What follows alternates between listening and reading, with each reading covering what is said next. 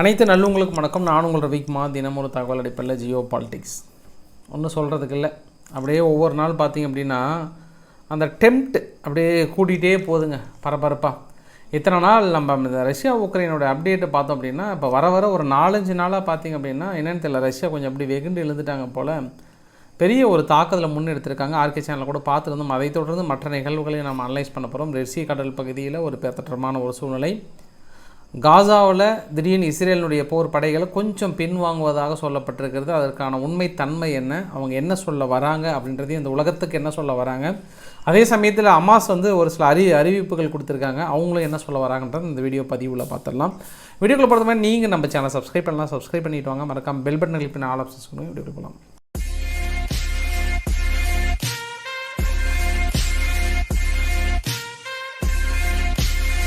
ஒரு வீடியோ பதிவை பார்த்துட்டு இதை பற்றி 2-3 கருத்துக்கள் அப்படி அள்ளி இப்படி தெளித்து விட்டுட்டு போனால் தான் நம்மளுக்கு கொஞ்சம் கரெக்டாக இருக்குன்னு தோணுது. பாருங்கள், நீங்கள் இந்த நியூ இயர் செலிப்ரேஷன் பாரிஸில் நடந்த அந்த புத்தாண்டு கொண்டாட்டத்தில் மக்கள் பெரும்பாலும் என்ன வச்சு எதை கவர் பண்ணிகிட்டு இருக்காங்கன்னு பாருங்கள். ஸோ அப்போ செல் நம்மளோட முக்கியமான கண்ணாகவே மாறிடுச்சு, இல்லை ஒரு அங்கமாக மாறிடுச்சு அப்படின்னு தோணுது. இங்கே மட்டும் இல்லை, நம்ம நிறைய இடத்துல பார்க்குறோம். இப்போ கோயிலில் போனோம் அப்படின்னா, சாமி கும்பிட போனால் எல்லாருமே செல்லு தான் பிரதானமாக இருக்குது, வேறு எதுவுமே இருக்கிறதுல. எல்லா இடத்துலையும் நம்ம விஷுவலை விட முதல்ல செல்லுக்கு தான் ஃபஸ்ட்டு காட்டுறோன்றது எனக்குள்ளே தோணுது. இல்லை என்றால் உங்களுடைய கருத்துக்கள் தாழ்மையுடன் வரவேற்கப்படுகிறது. இதை பற்றின உங்களுடைய பொண்ணான அப்படி கரங்களால் 2-3 கருத்துக்களை அள்ளி விட்டீர்கள் என்றால் நம்மளும் பார்த்து கொள்ளலாம், மற்றவர்களும் தெரிந்து கொள்வார்கள். சரி, அப்படியே மற்ற நிகழ்வுக்கு போயிடலாமா?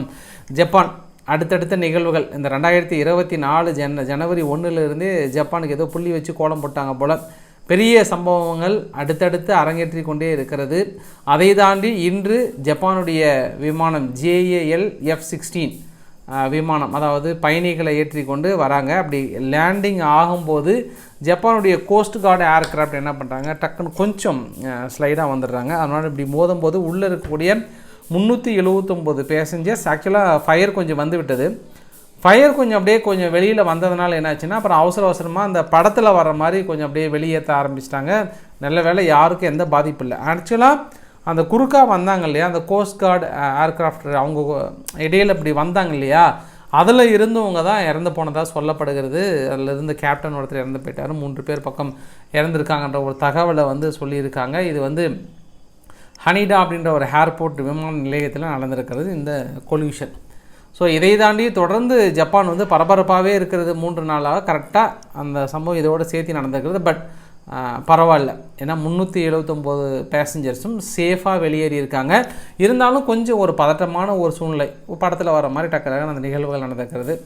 சம்பவம் நம்பர் 2 என்ன அப்படின்னா, என்னங்க இது, அமெரிக்காவில் ரூஸ்வெல்ட் அப்படின்ற ஒரு தீவுங்க பக்கத்தில், அங்கே பெரிய ஒரு அடுத்தடுத்த குண்டு வெடிப்பு நிகழ்வு, ஒரு எக்ஸ்ப்ளோஷன் நிகழ்வு நடந்திருக்கிறது. ஒரு 3-4 இடத்துல கட்டிடங்கள் குலுங்கி இருக்கிறது, உள்ளே இருக்கக்கூடிய மக்களுக்கு பயங்களை காட்டியிருக்கிறது. அந்த அளவுக்கான வெடிப்பு நிகழ்வு என்று சொல்லப்படுகிறது. ஸோ இந்த வெடிப்பு நிகழ்வுக்கான முதல் கட்ட ஆராய்ச்சியில் நான் ஈடுபட்டுருக்கிறோம். ஸோ எமர்ஜென்சி பீரியடாக அந்த இடத்துல கொஞ்சம் அப்படியே தேடுதல் வேட்டையில் ஈடுபட்டுருக்காங்க. ஸோ அமெரிக்கா பொறுத்த வரைக்கும் இப்போ இந்த தருணத்தில் என்ன சொல்ல வராங்க அந்த உலகத்துக்கு அப்படின்றதான் ரொம்ப முக்கியம். காரணம் என்ன அப்படின்னா, மேபி இந்த தாக்கத்தில் ஏதாவது தொடர்புபடுத்தி இங்கே ஏதாவது உள்ளே வருவதற்கு வாய்ப்புகள் இருக்கா? நார்மலாகவே அமெரிக்காவுடைய ஹிஸ்ட்ரி நம்ம எடுத்து பார்த்தோம் அப்படின்னா தனியாக போக மாட்டாங்க, போனால் கூட்டத்தோடு சேர்த்து தான் போவாங்க. ஒன்று, யுனைடெட் நேஷன் செக்யூரிட்டி கவுன்சிலில் ஒரு ரெசல்யூஷன் எடுப்பாங்க, தீர்மானங்களை கொண்டு அதை ஓகே பண்ணி அதுக்கப்புறம் அதாவது மொத்த படைகளும் கிளம்பி வருவாங்க. அப்படி இல்லையா நேட்டோவை ஒட்டுமொத்தமாக கூட்டிகிட்டு வருவாங்க. ஸோ தனிப்பட்ட முறையில் ரெட் சீயில் வரதுக்கு பயந்துட்டு இந்த மாதிரி நிகழ்வுகள் நடக்கிறதா என்னவென்று தெரியவில்லை, இல்லை அவர்களுக்கு சாதகமாக அமைகிறதா என்று பொறுத்திருந்து பார்க்கலாம். பட் அங்கே அமெரிக்காவுக்குள்ள ஒரு பரபரப்பான ஒரு சம்பவம். ஸோ இந்த சம்பவம் நம்பர் 1-2 எடுத்துக்கலாம் நம்ம. அடுத்து என்ன அப்படின்னா, இந்த ரெட் சி கடல் பகுதியில் இப்போ அமெரிக்காவுடைய போர்க்கப்பல் தயாராக இருக்கிறது, யூகேவுடைய போர்க்கப்பல் தயாராக இருக்கிறது. அப்படி இப்படியே இருக்கிறாங்க. எனி டைம் அந்த வார்ஷிப்பில் உட்காந்துட்டு இப்படியே கன் ஷூட்டில் ரெடி ஆகிறாங்க. அந்த பக்கம் எமினி ஹவுதிஸ் வேறு ஏற்கனவே அனௌன்ஸ் பண்ணிட்டாங்க, எங்காலேயே நீங்கள் போட்டுட்டிங்களா, உங்களை போடாமல் விட மாட்டேன் அப்படின்ற மாதிரி அவங்க ஏற்கனவே ரெடி பொசிஷன் இருக்காங்க. இதை தாண்டி இன்று ஜெருசலம் போஸ்ட், அதுதான் முக்கியம். அப்படியே ஒரு ஸ்கெட்ச் இருந்துன்னு வச்சு உங்கள் கையில் அப்படியே அண்டர்லைன் பண்ணிக்கோங்க. ஏன்னா ரொம்ப முக்கியமான பாயிண்ட், நம்ம எக்ஸாம் எழுதும் போல் இந்த மாதிரி பாயிண்ட் நம்ம அண்டர்லைன் பண்ணிக்கணும். கோடிட்டு தான் நம்மளுக்கு யூஸ்ஃபுல்லாக இருக்கும். காரணம் என்ன அப்படின்னா, ஜெருசலம் போஸ்ட் பத்திரிகைகள் தொடர்ந்து ஹவுதிகள் அமெரிக்கா போர்க்கப்பல் மீது தாக்கல் நடத்தியிருக்காங்க. குறிப்பு இதில் 2 க்ரூஸ் மிசைல்ஸை தாக்கல் நடத்தியிருக்காங்க. இந்த 2 க்ரூஸ் மிசைல்ஸ் தாக்கல் நடத்துறத முறியடிச்சிட்டாங்க அமெரிக்கா. அது இல்லாமல் நிறைய கன்ஷூட் இவங்க சொல்கிறது அவங்க சொல்கிறது இது மாதிரி நிறைய நடக்குதுங்க, நிறைய நடக்கிறது. அப்படின்ற மாதிரிலாம் வந்து ஜெருசலம் போஸ்ட் அது அண்டர்லைன் பண்ணுங்கன்னு சொன்னேன். அப்படின்னா இஸ்ரேல் தரப்பில் சொல்கிறாங்க உடனடியாக அவதிகள் ஓடோடி வந்து எப்பா நிறுத்துப்பா, என்ன நினைக்கிறீங்க, நாங்கள் தாக்கல் நடத்த போகிறோன்னு சொன்னோம், ஆனால் இது பொய்யான தகவல்ப்பா, இது நாங்கள் ஏற்றுக்க மாட்டோன்ற மாதிரி உடனடியாக எமினி அவதிகள் வந்து இடையில ஓடி வந்து நாங்கள் நடத்தலை, இது வரைக்கும் பிளான் பண்ணலாம், ஆனால் பிளான் பண்ணுவோம், நிச்சயம் தாக்கல் நடத்துவோம், ஆனால் இந்த செய்தி இல்லைன்ட்டாங்க. இப்போ நான் அண்டர்லைன் பண்ண சொன்னால ஒரு விஷயம் உங்ககிட்ட என்ன அண்டர்லைன் பண்ண சொன்னேன், ஜெருசலம் போஸ்ட் அவங்க என்ன நினைக்கிறாங்கன்னா அவசரமாக கொஞ்சம் அமெரிக்கா உள்ளே நுழைஞ்சு ஏதோ ஒரு தாக்கல் நடத்தி அங்கே ஏதோ ஒன்று எசகு புசுக்காக நடந்தால் அங்கே ஈரான் வந்து உள்ளே நுழைஞ்சாங்கன்னா கொஞ்சம் ஈரானுடைய கான்சன்ட்ரேட் இங்கே மாறிடும். அதுக்கப்புறம் இவங்க மேலே இருக்கக்கூடிய லெபனானியாக இருக்கட்டும் இல்லை மற்ற பகுதியில் கொஞ்சம் நாம் பார்த்துக்கலான்னு நினைக்கிறாங்க இஸ்ரேல். அதனால் எப்படா ஆண்டவா நடக்கும்ன்ற மாதிரி, அதாவது சேம் தான், ஆல்ரெடி நம்ம 2 பேருமே பேசியிருக்கோம், கரெக்டாக ஞாபகப்படுத்தி பாருங்கள். ஜெலன்ஸ்கியோட எண்ணமும் இஸ்ரேலுடைய எண்ணமும் ஒன்று தான். ஜெலன்ஸ்கி எப்படா அந்த நேட்டோ நாடுகள் உள்ளே வந்து நம்மளுக்கு அப்பா சாமி ரெஸ்ட் எடுத்தால் போதுன்னு ஒதுங்கலான்னு நினைக்கிறாரோ அதே மாதிரி தான் இங்கே இஸ்ரேலும் நினைக்கிறாங்க, எப்படா அந்த அமெரிக்கா உள்ளே வந்து நுழையுமோன்ற மாதிரி எதிர்பார்த்துட்டு மேபி இந்த மாதிரி செய்திகளை வெளியிடுறாங்களா அப்படின்ற ஒரு சந்தேகம் எனக்குள்ளே இருந்து கொண்டு தான் இருக்கிறது. மீண்டும் மீண்டும் இந்த தகவல்களை நான் உங்களிடம் தினசரி நான் உங்கள்கிட்ட சொல்லிட்டு தான் இருக்கிறேன், இருந்தாலும் நான் டயர்டாகல. ரெசிஸ்டன்ஸ் இஸ்லாமிக் ரெசிஸ்டன்ஸ் இருக்கக்கூடிய ஈராக்கில் இருக்கக்கூடிய இஸ்லாமிக் ரெசிஸ்டன்ஸ் என்ன சொல்கிறாங்கன்னா கன்ஃபார்ம் யூஎஸ் பேஸில் வந்து நாங்கள் அட்டாக் பண்ணுறோம், பண்ணிகிட்டே இருப்போம், பண்ணுவோம், இதில் எந்த மாற்று கருத்துமே இல்லை. அவங்க இந்த நிலைகளை விட்டு கிளப்பாமல் நாங்கள் விடவே மாட்டோன்னு இருக்காங்க. மேபி அமெரிக்கா கிளம்புவதற்கான வாய்ப்புகள் நிறைய இருக்குங்க. ஏன்னா தொடர்ந்து தாக்கல் நடத்திட்டே இருந்தாங்கன்னா என்ன பண்ணுவாங்க, இந்த ஃபீல்டு தானே அங்கே ரஷ்யாவுக்குள்ளேயே இருக்கும்ல, ரஷ்யாவுடைய நிலைகள் மீது அடிக்கடி இப்போ பிளான் பண்ணி தாக்கல் நடத்தும் போது அவங்க தாக்கு பிடிக்கல, ரஷ்யாவுடைய வெப்பன்லாம் வேஸ்ட்டுன்னு சொல்கிறாங்க. அதே சமயத்தில் இந்த பக்கம் உக்ரைனுக்குள்ளே நடத்துறதும் சரி.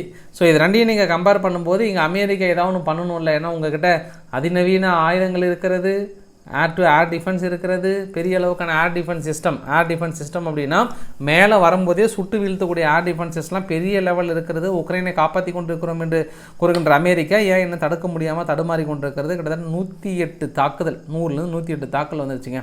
சரி, இந்த புகைப்படங்கள் பெரிய அளவுக்கு வயலாக இருக்கிறது. நிறைய வெடிக்காத குண்டுகள் இருக்கு இல்லையா, அந்த வெடிக்காத குண்டுகள் கிட்ட குழந்தைங்கள்லாம் என்னென்னே தெரியாமல் அது ஒரு விளையாட்டு பொருள் மாதிரி ஏறி விளையாடிட்டு இருக்காங்களாம். காசாவில் இருக்கக்கூடிய குழந்தைகள் 21,000 டேத்தை நோக்கி போயிட்டுருக்கு. 9,000 குழந்தைகளுக்கு மேலே நெருங்கிடுச்சு. ஸோ இது வந்து சொன்னது யாருன்னா யூனிசெஃப் வந்து கன்ஃபார்ம் பண்ணியிருக்காங்க, NY டைம்ஸ் இருந்து சொல்லியிருக்காங்க. ஹமாஸினுடைய லீடர் உபைதா அவர்கள் வந்து இன்று என்ன சொல்லியிருக்காருன்னா ஃபைனலாக கடந்த 4 நாட்களாக நிறைய வீடியோ பதிவுலாம் வெளியிட்டிருந்தாங்க. அந்த வீடியோ பதிவு எல்லாமே பக்கத்தில் இருந்து இஸ்ரேலுடைய டேங்குகளை சுட்டு வீழ்த்துகின்ற வீடியோ பதிவுகளை வெளியிட்டிருக்காங்க. நார்மலாகவே அந்த சிம்பிளை பார்த்தாவே அவங்க எல்லோ கொடுக்கறனால நான் பெரும்பாலும் அந்த வீடியோ போட முடியல. ஸோ எந்த அளவுக்கு அவங்க டார்கெட் வச்சு இந்த நியூஸ் அவாய்ட் பண்ணுங்கன்ற மாதிரி சொல்ல வராங்கன்றதையும் நான் இதில் பதிவு பண்ண விரும்புகிறேன். அதை தாண்டி கடந்த 4 நாட்களாக அல் குவாசம் பிரிகேட், அதாவது அவங்கள அம்மாஸ் அப்படி தான் சொல்கிறாங்க அவங்க, அல் குவாசம் பிரிகேட் என்ன பண்ணியிருக்காங்க, 71 மிலிட்டரி வெஹிக்கிள் மெர்காவா டேங்க் வந்து தாக்கல் நடத்தியிருக்கோம். 16 சோல்ஜர்ஸ் வந்து இறந்துருக்காங்க. அது இல்லாமல் 42 மிலிட்டரி மிஷன்ஸ் ஓவராலாக இன்னும் மற்ற இடத்துல நாங்கள் தாக்கல் நடத்தியிருக்கிறோம். அவங்களுடைய போர் விமானம் ஒன்று, அட்டாக்கிங் ஹெலிகாப்டர் ஒன்று, இது இல்லாமல் M90 ராக்கெட் மூலியமாக டெல்லவியூ பகுதிக்குள்ளே விழுந்து நாங்கள் தாக்கல் நடத்தியிருக்கோம். அங்கேயும் நிறைய லாங் ரேஞ்ச் மிசைல்ஸ் மூலிமா ஒரு தாக்கல் நடத்தியிருக்கோம். இது அனைத்தும் எங்களுடைய இலக்குகள் அனைத்தும் தவறாமல் சக்ஸஸ் ஆகி கொண்டிருக்கிறது. So enemies will be feared, அதாவது எனிமீஸ் பயந்து கொண்டிருக்கிறார்கள் அப்படின்ற ஒரு தகவலை உபைதா அவர்கள் இந்த பக்கம் ஹமாஸ் தரப்புலேருந்து சொல்லியிருக்காங்க. இஸ்ரேலினுடைய மீடியா கூட என்ன சொன்னாங்கன்னா கடந்த 24 மணி நேரத்தில் 18 சோல்ஜர்ஸ் மேலே இன்சைடு காயமடைஞ்சிருக்காங்க அப்படின்ற மாதிரி ஒரு தகவல், அதாவது சிம்பாலிக்காக இன்ஜூர்டு, ஹெவிலி இன்ஜூர்டு அப்படின்ற ஒரு வார்த்தையை வந்து பயன்படுத்தியிருக்காங்க. மேபி நம்ம நேற்று சொன்ன வார்த்தையும் இன்றைக்கி இன்னும் கொஞ்சம் கன்ஃபார்ம் பண்ணிட்டாங்க.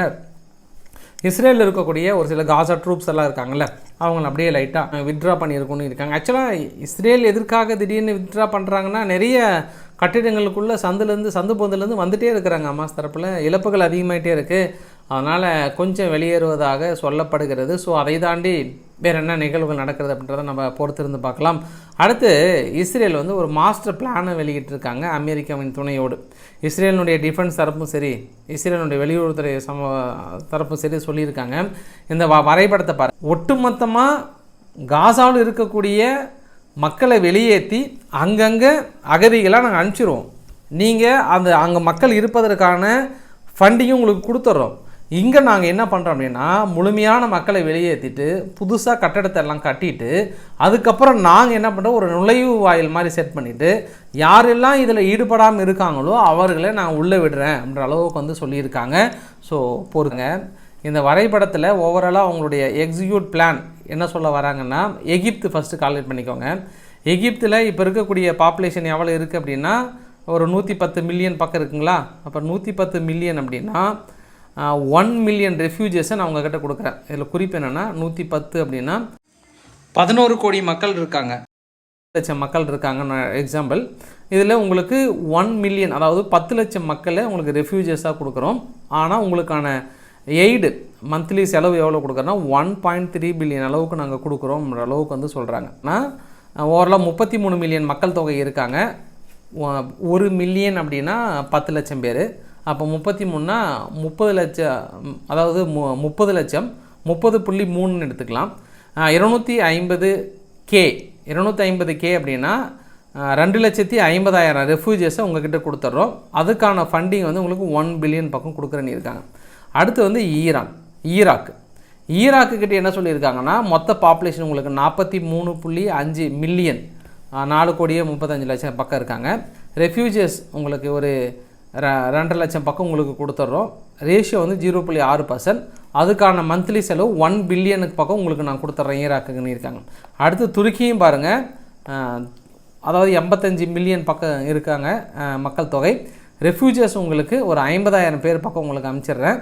அதில் 0.6% ரேஷியோ உங்களுக்கு மாதம்னா 150 மில்லியன் பக்கம் நாங்கள் கொடுத்துட்றோங்க அப்படின்னு சொல்லிட்டு ஒரு வீடியோவை வெளியிட்டிருக்காங்க. வீடியோன்ற பாருங்கள், ஒரு சார்ட்டை வெளியிட்டிருக்காங்க. அந்த சார்ட்டையும் கீழே பார்த்துக்கோங்க, திருந்து பார்க்கலாம். இந்த ஒரு நிகழ்வுக்கு ஹமாஸ் தரப்பில் ஏற்றுக்க மாட்டாங்க 100%, சுற்றி இருக்கக்கூடிய மக்கள் ஏற்றுக்க மாட்டாங்க 100%, நாடுகள் ஏற்றுக்க மாட்டாங்க. பட் அதை தாண்டி அமெரிக்கா சமாதானப்படுத்தி கொடுப்பதற்கான வாய்ப்புகள் இருப்பதாக இஸ்ரேல் நம்புகிறாங்க. இஸ்ரேலினுடைய டிஃபென்ஸ் மினிஸ்டர் என்ன சொல்லியிருக்காங்கன்னா, கேலட் அவர்கள், ஹமாஸை முழுமையாக நாங்கள் வெற்றி கொள்ளாமல் நாங்கள் நிம்மதியாக வாழ முடியாத மிடில் ஈஸ்டில், அதனால் இந்த வெற்றி எங்களுக்கு நிச்சயம் தேவை, அவர்களை வெளியேற்றியே தீர்வோம் அப்படின்னு சொல்லியிருக்காங்க. ஸோ நிச்சயம் அந்த அகதிகளை வெளியேற்ற முடியுமா அப்படின்றத நம்ம பார்த்தலாம். நம்ம ஒன்று. அடுத்து என்ன ஒரு பெரிய விஷயங்கள் சொல்கிறாங்கன்னா, இஸ்ரேலில் இருக்கக்கூடிய மக்களுங்க ஒரு 3 லட்சத்துக்கு மேலே உள்ள மக்கள் கொஞ்சம் மனரீதியாக பாதிக்கப்பட்டிருக்காங்க, ரொம்ப மென்டல் இஷ்யூவாக பாதிக்கப்பட்டிருக்காங்க. அதனால் அவங்களுக்கு சைக்காலஜிக்கலான ஒரு ட்ரீட்மெண்ட் கொடுக்கப்படுகிறது. அது யூகேலேருந்து பிசியோதெரபிஸ்ட்லாம் பெரிய அளவுக்கு சைக்காட்ரிஸ்டாக பிசியோதெரப்பின்ற மாதிரி சைக்காட்ரிஸ்ட்லாம் வர வச்சு கொடுக்குறாங்க அப்படின்ற மாதிரிலாம் சொல்லியிருக்காங்க. இதில் இழப்புகள் அப்படின்னு பார்க்கும்போது ஃபஸ்ட்டு அந்த அக்டோபர் 7ஆம் தேதி ஒரு பெரிய தாக்கத்தை ஏற்படுத்தியது, மன ரீதியான ஒரு பாதிப்பை ஏற்படுத்தியிருக்கோம் அங்கே இருக்கக்கூடிய இஸ்ரேலுடைய மக்களுக்கு. ஆனால் அதுக்கப்புறம் நடத்திய இஸ்ரேலுடைய தாக்குதல் இருக்குல்ல, அந்த தாக்குதலில் இதுவரை காசாவில் இருக்கக்கூடிய இழப்புகள்லாம் இன்னும் வேறு லெவலில் இருக்குது. அப்போ அங்கே இருக்கக்கூடிய மக்கள் எத்தனை சைக்காட்டிஸ்ட்டை பார்க்குறது, இல்லை எத்தனை பேர் போய் பார்ப்பாங்க, இல்லை வெளியேற தான் முடியுமா, என்ன பண்ணுவாங்க தெரியல. பட் இந்த ஒரு ஹைலைட் இந்த பக்கம் இஸ்ரேலில் இருக்கக்கூடிய மக்கள் இந்த அளவுக்கு சொல்கிற போது அந்த நியூஸை சொல்லணுமா சொல்லக்கூடாதா? முதல் முறையாக நிறைய ஊடகங்கள் ஒரு செய்தி வெளியிட்டிருக்காங்க, இஸ்ரேலினுடைய இராணுவம் வந்து கதறி அழுகுறாங்க, ஒரு பில்டிங்குள்ளேருந்து தாக்கல் நடத்துமா என்ன பண்ணியிருக்காங்க, ஹமாஸ் தரப்புலேருந்து பதில் தாக்கல் நடத்தியிருக்காங்க. அப்போ கொஞ்சம் நிறைய பேர் பாதிக்கப்பட்டிருக்காங்க போல், நிறைய தண்ணி கொடுங்க மற்றதெல்லாம் கொடுங்கன்ற மாதிரியான வீடியோ பதிவுகள் பெரிய அளவுக்கு ஆகிருக்கு. ரொம்ப நாளாக இந்த மாதிரியான வீடியோ பதிவு வரல. அதாவது இஸ்ரேல் தரப்பில் டேங்கை சுட்டு வீழ்த்துற வீடியோ பதிவுகள் தான் பெரிய அளவுக்கு வந்தது. பட் இந்த வீடியோ பதிவு பெரிய அளவுக்கு பேசப்படுகிறது. அதை தாண்டி சவுத் ஆஃப்ரிக்கா இன்டர்நேஷ்னல் கிரிமினல் கோர்ட்டில் கேஸ் ஒன்று ஃபைல் பண்ணாங்க இல்லையா, அது வரக்கூடிய ஜனவரி 11ஆம் தேதி நெதர்லாண்டில் அதாவது ட்ரையல் வருதுங்க. அந்த ட்ரையலுக்கு தெளிவாக சொல்லிட்டாங்க நெதன்யாகு அவர்கள் வந்து, நாங்கள் பார்த்துக்குறோம், அங்கே வந்து நாங்கள் பேசுகிறோம், எங்களுக்கு என்ன பேசணும்னு தெரியும், முழுமையான ஆதரவு எங்கள் பக்கம் தான் வரப்போகுது, நீங்கள் தெரியாமல் ஃபைல் பண்ணிட்டீங்கன்னு ஃபீல் பண்ண போகிறீங்க. இன்டர்நேஷ்னல் கிரிமினல் கோர்ட்டில் இனப்படுகொலை செய்தது நாங்கள் அல்ல, அவர்களுக்கான முழு ஆதாரம் எங்களிடம் இருக்கிறது. பட் உங்களிடம் எந்த ஆதாரங்கள் இருக்கிறது, என்கிட்ட கம்ப்ளீட்டாக வச்சுருக்கோம், நாங்கள் பேசிக்கிறோம், தைரியமாக நீங்கள் உங்கள் நாடுன்னு இல்லை எத்தனை நாளும் ஃபைல் பண்ணுங்கள், நாங்கள் பார்த்துக்குறோன்ற அளவுக்கு சொல்லியிருக்காங்க. ஃபைனலாக இஸ்ரேலினுடைய விஷயத்தில் அந்த வரைபடத்தோடு சொல்லி முடிச்சிடறேன். காரணம் என்ன அப்படின்னா, நான் ரொம்ப நாளாக இது நான் உங்ககிட்ட கொஞ்சம் டீட்டெயிலாக சொல்லாமல் இருந்தனால எனக்கு கொஞ்சம் நான் டீட்டெயிலாக சொல்லலான்னு இருக்கேன். முதல்ல நம்ம மேலேருந்து வந்துடலாம். மேலே அப்படின்னா அந்த லெபனான் பகுதி இருக்குது இல்லையா, நான் ஒரு லைன் பண்ணுறேன் பாருங்கள், லைன் கருப்பாக வந்துச்சு, அதனால் நம்ம கொஞ்சம் ரெட் கலரில் போட்டுக்கிறேன். நான் இந்த லெபனான் பகுதி இருக்கு இல்லையா, லெபனான் பகுதியில் 2 தரப்புலையும் பெரிய மாறி மாறி நிகழ்வுகள். பட் இஸ்ரேல் லெபனானுக்குள்ள குறிப்பாக உள்நிலைகள் மீதும் 2-3 முக்கிய இடங்களை தாக்கல் நடத்தி விட்டோம் அப்படின்னு இந்த இடத்துல வந்து குறிப்பிட்டிருக்காங்க. அதுதான் உங்ககிட்ட நான் வந்து சொல்லியிருக்கேன். ரெண்டாவது என்ன அப்படின்னா, இந்த காசா பகுதியை நான் சொல்கிறேன் பார்த்தீங்களா, இந்த காசா பகுதியை பாருங்கள். ஸோ இந்த இடத்துல தாக்குதல் கொஞ்சம் கூட குறையில, இன்னும் கொஞ்சம் நம்ம பெருசு பண்ணி பார்த்தோம் அப்படின்னா இந்த 2 இடத்துல பயங்கரமான வந்து கன் ஃபைட் நடந்துகிட்ருக்குங்க. அதே ஜெருசலம் பகுதிக்குள்ளே பாருங்கள், இந்த சிவப்பு கலர் இருக்குல்ல, இது எல்லாமே பெரிய இந்த மாற்றி 2 பக்கம் சண்டை நடந்துகிட்ருக்கு. இதெல்லாம் வந்து கைது பண்ணிகிட்ருக்காங்க. கொஞ்சம் கொஞ்சமாக ஒரு 2-3 இழப்புகள் ஏற்பட்டிருக்கு. காசானுடைய மேற்பகுதியில் பார்த்தோம் அப்படின்னா அந்த 3 இடத்துல ஹெவி சண்டை சுற்றி வளைக்கும் போது இந்த கலர், அதாவது இது எல்லாமே நான் ப்ரௌன் பண்ணுறேன் பார்த்தீங்களா, அதை நான் உங்களுக்கு இன்னொரு கலரில் கூட காட்டுறேன், எல்லோ கலரில் காட்டுறேன் பாருங்கள். இது எல்லாமே ஹமாஸ் வந்து உள்ள நடத்துகிற தாக்குதல். இந்த பச்சை இந்த கலர் இருக்கு இல்லையா, நான் இன்னொரு ரவுண்ட் பண்ணுறேன் இல்லையா, இது எல்லாமே இஸ்ரேல் நடத்திய தாக்குதல்கள். அந்த இடத்துல இன்னும் தாக்கல் நடந்து கொண்டு தாங்கிறது. மேலே இருக்கக்கூடிய ஜோன்லேயும் பார்த்திங்கன்னா இஸ்ரேல் தாக்கல் நடத்தியிருக்கிறது, பதிலுக்கு இங்கே ஒரு காசாவும் தாக்கல் நடத்தியிருக்கிறாங்க. ஸோ ஓவராலாக இஸ்ரேல் தொடர்ந்து தாக்குதலை நடத்தி கொண்டிருக்கிறது. இந்த இடத்துல வந்து ஒரு கன் ஷூட் நடந்துகிட்ருக்குங்க. ஸோ இது அங்கே இருக்கக்கூடிய நிகழ்வுகள். ஸோ நம்ம சுற்றி வளைச்சி பார்க்கும்போது என்ன அப்படின்னா, ஃபைட் வந்து நடந்துட்டு தாங்க இருக்குது. அந்த பகுதியில் கொஞ்சம் கூட குறையில, கொஞ்சம் வித்ட்ரா பண்ணுறாங்கன்ற மாதிரி சொல்லப்பட்டாலும். இப்போ நம்ம நேராக உக்ரைன் ஃப்ளைட்டை பிடிச்சி உக்ரைனுக்கு கிளம்பிடலாம். ஏன்னா அங்கே கொஞ்சம் பேச்சுவார்த்தை நடத்த வேண்டியது இருக்குது, நிறைய இருக்குது. கொஞ்சம் அலர்ட்டாக இருந்துக்கோங்க. காரணம் என்ன அப்படின்னு வச்சுக்கோங்களேன், 3-4 இடத்துல தாக்கல் நடந்திருக்கு, அடிப்படாமல் பார்த்துக்கோங்க. இந்த வரைபடங்களை பார்த்துக்கோங்க. இந்த வரைபடத்தில் 4 இடத்துல தாக்குதல் எக்ஸ்ப்ளோசிவ். இதில் கேபிட்டல் கியூவில் வந்து பார்த்திங்கன்னா இப்போ டிசம்பர் 29ஆம் தேதியிலிருந்து ஜனவரி 2ஆம் தேதிக்குள்ளார பெரிய இலக்குகளை வைத்து தாக்கல் நடத்தியிருக்காங்க. 2,50,000 மக்களுக்கு மேலே கரண்ட் இல்லாமல் தடுமாற போகிறாங்க. இந்த 2,50,000 மக்கள் கரண்ட் இல்லாமல் தடுமாற போவதற்கான மிக முக்கிய காரணம் எங்களது முக்கிய இன்ஃப்ராஸ்ட்ரக்சர் எங்கெங்கெல்லாம் கரண்ட்டு போகுதோ அந்த நிலைகள் மீது தாக்கல் நடத்தி முடிச்சிட்டாங்க. நாளையிலிருந்து ஹெவி ஸ்னோ, மிகப்பெரிய கடும் பனிப்பொழிவு ஏற்படுகிறது. அங்கே ஹீட்டர்ன்றது ரொம்ப ரொம்ப முக்கியமாக தேவைப்படுகிறது. ஏன்னா -10, 20 அப்படின்னும் போது நம்மளுக்கு தேவை. இப்போ நார்மலாக நம்மளே 10 டிகிரி செல்சியஸ் 5 டிகிரி செல்சியஸ்னால் ஓரளவுக்கு இருந்துடலாம். பட் 0 கீழே வரும்போது ஹீட்டர் இல்லாமல் இருக்க முடியாது. அதனால் கரெக்டாக சரியான சமயத்தில் பொதுமக்கள் மீது தாக்கல் நடத்துவதே வார் கிரைம் தான். அதை தாண்டி இந்த மாதிரி சமயத்தில் நடத்திருக்கீங்கன்னா என்ன ஒரு நாடு அப்படின்ற அளவுக்கு ரொம்ப கடுமையான குற்றச்சாட்டு. இருந்தாலும் இதையெல்லாம் ஆறுதல் படுத்தும் விதமாக, வெஸ்டர்ன் நாடுகளுக்கு சந்தோஷப்படுத்தும் விதமாக கியூவில் இருக்கக்கூடிய பத்திரிகைகளை நீங்களே பார்த்துக்கோங்க. 3 கேலிபர் க்ரூசல் மிசைல்ஸ் சுட்டு வீழ்த்தியிருக்கோம். கின்சால் மிசைல் 10க்கு 10 அப்படியே முடிச்சு தள்ளிட்டோம். பயந்துட்டாங்க ரஷ்யாவேன்னு இருக்காங்க. 70ல் 59 சுட்டு வீழ்த்திட்டாங்க. KH-555 இருக்கட்டும், இல்லை கின்சால் 55 மிசைல்ஸாக இருக்கட்டும் இருக்காங்க. ஆக இவங்களோட தகவல் படி என்ன சொல்ல வராங்கன்னா, வெறும் 11 தான் விழுந்து வெடித்திருப்பதாக கியூ பத்திரிகைகள் சொல்கிறாங்க. சரி, இவரோட தலைவர் என்ன சொல்கிறார், யார், உக்ரைன் ஜெலன்ஸ்கி என்ன சொல்ல வர்றாருன்னா, மொத்தம் 500 ஃபயர் ஃபைட்டர்ஸ் மேலே ஈடுபட்டிருக்காங்க. கார்கிவ் பகுதி ரீஜியனில் பெரிய ஒரு தாக்குதல், கியூ ரீஜியனில் முழுமையாக தாக்கல் நடத்தியிருக்காங்க. 92 மக்கள் படுகாயம் அடைந்திருக்காங்க. 170 ஷாகி ட்ரோன் மூலிமா அட்டாக் பண்ணியிருக்காங்க அப்படின்னா அது வேரியஸ் ட்ரோன்னு சொல்லியிருக்காங்க.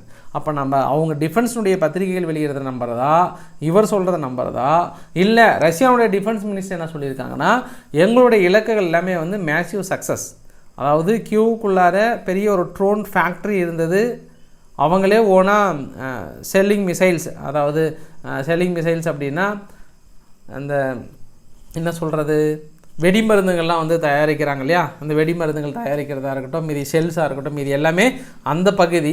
அது இல்லாமல் கொஞ்சம் வெஸ்டர்ன் நாடுகள்லேருந்து கொஞ்சம் ஸ்டோர் வச்சுருக்கிற பகுதி எல்லாமே நாங்கள் முடிச்சிட்டோம், எங்களை பொறுத்த வரைக்கும் அது சக்ஸஸ் தான் அப்படின்ற அளவுக்கு யார் சொல்லியிருக்காங்க, ரஷ்யா தரப்பில் சொல்லியிருக்காங்க. இது எது கரெக்டாக இருக்கும்னு நீங்களே பார்த்துக்கோங்க. ஆனால் உக்ரைனுக்குள்ளார ஒரு பெரிய தாக்குதல் தான். ஒரு பெரிய விஷயம் ஒன்றுங்க உங்கள்கிட்ட சொல்கிறேன், கொஞ்சம் கேட்டுக்கோங்க. என்ன காரணம்னா, ஜெர்மனுடைய லெப்பார்டு டேங்க் இருக்குல்ல, அதை கொடுக்கும்போது எவ்வளோ பில்டப்லாம் விட்டாங்க. என்ன மாற்றம் வரும்னு சொன்னாங்க. ஜெர்மனி கொடுத்த 18 இருக்குல்ல, 18ல் 2 டேங்க்கு தான் இப்போ கரெக்டாக செயல்படுதான், மீதி எல்லாமே போயிடுச்சான், செயல்படலையா. அதனால் என்ன கேட்குறாங்கன்னா, லிதுவேனியாவிலாம் ஹப்பிங் சென்டர் அப்படின்னா இந்த சரியில்லாதெல்லாம் கொண்டு போயிட்டு அங்கே சரி பண்ணி திருப்பி கொண்டு வருவாங்க. இப்போ உக்ரைன் என்ன கேட்குறாங்கன்னா, நீங்கள் கொடுத்த 18, மற்ற நாடுகள் கொடுத்த லெப்பார்ட் டேங்க் எதுவுமே இல்லை, ப்ரெசென்ட் வந்து 2-3 தான் இருக்குன்றாங்க, மீது எல்லாமே காலி ஆகிடுச்சு, அதை கொஞ்சம் கொண்டு வந்து ரிப்பேர் பண்ணி கொடுத்தீங்கன்னா பரவாயில்லன்னு இருக்காங்க. இந்த இடத்துல ஜெர்மனி நினைப்பாங்க, ஏப்பா நான் கொடுத்ததே தேர்ட் ஹேண்டு, 1980 காலகட்டத்திலே ஒரு மூலையில் இருந்ததை கொண்டு வந்து தூசி தட்டி கொண்டு வந்து கொடுத்துருக்கேன், மீண்டும் நீ சரி பண்ணி வந்து கொடு அப்படின்னா அதுக்கான ஃபேர் பார்ட்ஸ் வேணுமே. இப்போ நம்மளே ஒரு பைக் வச்சுருக்கோம், ஒரு 20 வருஷம் முன்னாடி இருக்கிற பைக்கு இப்போ ஃபேர் பார்ட்ஸ் வாங்க முடியும்னு நினைக்கிறீங்க? அதே மாதிரி தான் இதுவும். அடுத்த அப்டேட்டுக்கு வாங்கன்னு சொல்லுவாங்க, என்ன சொல்கிறதுன்னு தெரியல. அப்படியே ஜெர்மனி தட்டி கழிச்சிட்டு இருக்கு. இருந்தாலும் நீங்கள் மற்ற உதவியை விட இது மாதிரி சரி பண்ணி கொடுங்க அப்படின்ற மாதிரி சொல்லியிருக்காங்க. ஃபைனலாக இந்த வீடியோவோட நிறைவு பகுதியை கிட்டத்தட்ட நம்ம நெருங்கிட்டு இருக்கோம். சம்பவ இடத்துக்கு கிளைமேக்ஸ் அப்படியே நெருங்கும் பாருங்கள். இந்த கிளைமேக்ஸ் தான் பயங்கரமாக இருக்கும்.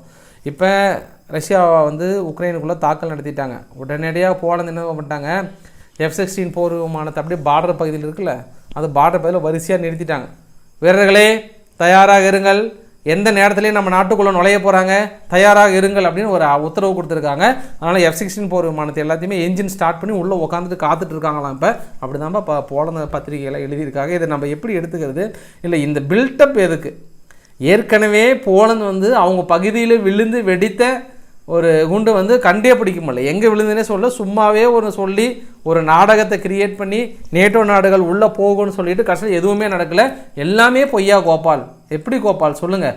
இப்போ இந்த நிகழ்வை நம்ம எப்படி எடுத்துக்கிறது? உடனே எப்படி பத்திரிகைகள் எப்படி எழுதுறாங்க, தயார் நிலையில் நேட்டோ நாடுகள், F-16 போர் விமானம் தயார் நிலையில் இருக்கிறதுன்ற மாதிரிலாம் எழுதியப்பா முடியலப்பா, நேட்டோ நாடுகள் முடியல.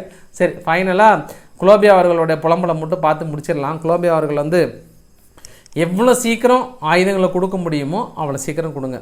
நீங்கள் இது வரைக்கும் எங்ககிட்ட எல்லாம் 200 கிலோமீட்டர் தள்ளி தாக்கல் நடத்தக்கூடிய லாங் ரேஞ்ச் மிசைல்ஸ் தான் கொடுத்துருக்கீங்க. அதை என்ன பண்ணுங்கள், கொஞ்சம் அர்ஜென்ட்டாக 300 கிலோமீட்டர் தள்ளி தாக்கல் நடத்தக்கூடிய மிசைல்ஸாக கொடுங்க. அதாவது எப்படின்னு வச்சுக்கோங்க, அடிச்சா கொடு அப்படின்னு கேட்பாங்களா, அந்த மாதிரி அவ்வளோ ஸ்பீடாக கேட்குறாங்க. பட் அவ்வளோ ஸ்பீடாக அவங்க செயல்படுவாங்களா? ஏப்பா திரும்புப்பானாவே 1 மாதம் கழிச்சு திரும்புகிறவங்க. இன்னும் இதுக்கப்புறம் ஆயுதங்கள் வேறு ஜனவரி வேறு வந்துருச்சு, ஏற்கனவே ஃபண்டிங் வேறு குறைச்சிட்டாங்க. என்ன பண்ண போகிறாங்கன்னு தெரில. கொசோவோ நாடு இருக்கு இல்லையா, கொசோவோ வந்து யூரோப்பியனில் இணைக்க போகிறோன்னு சொன்னாங்க, அதுக்கு செர்பியா எதிர்ப்பு தெரிவித்தாங்கல்ல. கொசோவோ யூரோப் யூனியனுக்குள்ளே போவதற்கான ஃப்ரீ விசாவை அனௌன்ஸ் பண்ணியிருக்காங்க, ட்ராவல் வந்து. இது மிகப்பெரிய அளவுக்கான ஒரு மாற்றம். இந்த மாற்றம் வந்து எதிர்பார்க்கவே இல்லை. பட் செர்பியா தரப்பில் என்ன சொல்ல போகிறாங்களோ தெரியல, பொறுத்து இருந்து பார்க்கலாம். இன்றைக்கு ஓரளவுக்கான தகவலை கவர் பண்ணிங்க. பிடிச்சிருந்தால் லைக் பண்ணுங்கள், ஃப்ரெண்ட்ஸுக்கு ஷேர் பண்ணுங்கள், சப்ஸ்கிரைப் பண்ணுங்கள். ரவிக்குமார் சோமு சேனல். நன்றி, வணக்கம்.